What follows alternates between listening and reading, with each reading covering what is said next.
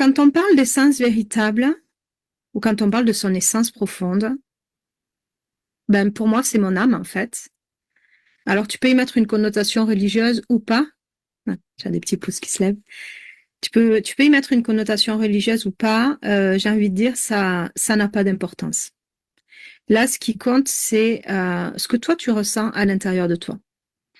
Donc, peut-être je te parlerai de Dieu, peut-être je te parlerai, voilà, de l'âme, je te parlerai peut-être de la source, je te parlerai peut-être de l'énergie cosmique. Je me limite pas, en fait, tu vois. Voilà. Mais pour moi, il y a des grandes choses communes.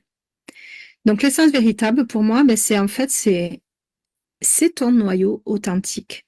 C'est qui tu es, en fait, avec tes valeurs fondamentales et avec, euh, avec tes passions, avec ce qui t'inspire, avec ce qui te fait vibrer. Et c'est ça, en fait. Et là, je te parle de ton être véritable, j'allais dire sans souillure. Je m'explique dans le sans souillure, sans avoir été souillé par ton éducation, sans avoir été souillé par la société dans laquelle tu as grandi et qui t'a imposé des normes, sans avoir été souillé euh, par tes croyances limitantes, par tes peurs, en fait, avec tout ce avec quoi tu t'es construit et qui aujourd'hui te limitent.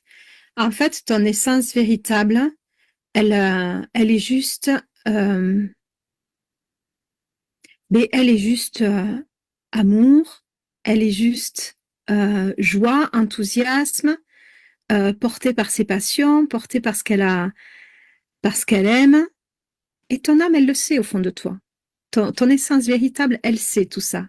Et après, on y a mis des couches par-dessus. Donc pourquoi c'est crucial d'aller se reconnecter en fait à son essence véritable? Qu'est-ce que ça va t'apporter? Eh bien, ça va t'apporter juste d'être en accord avec toi-même. C'est de te de t'épanouir personnellement dans ta vie de tous les jours et de prendre des décisions qui sont alignées à ton être profond. Donc c'est quand même c'est quand même sympa d'aller se connecter à son essence véritable.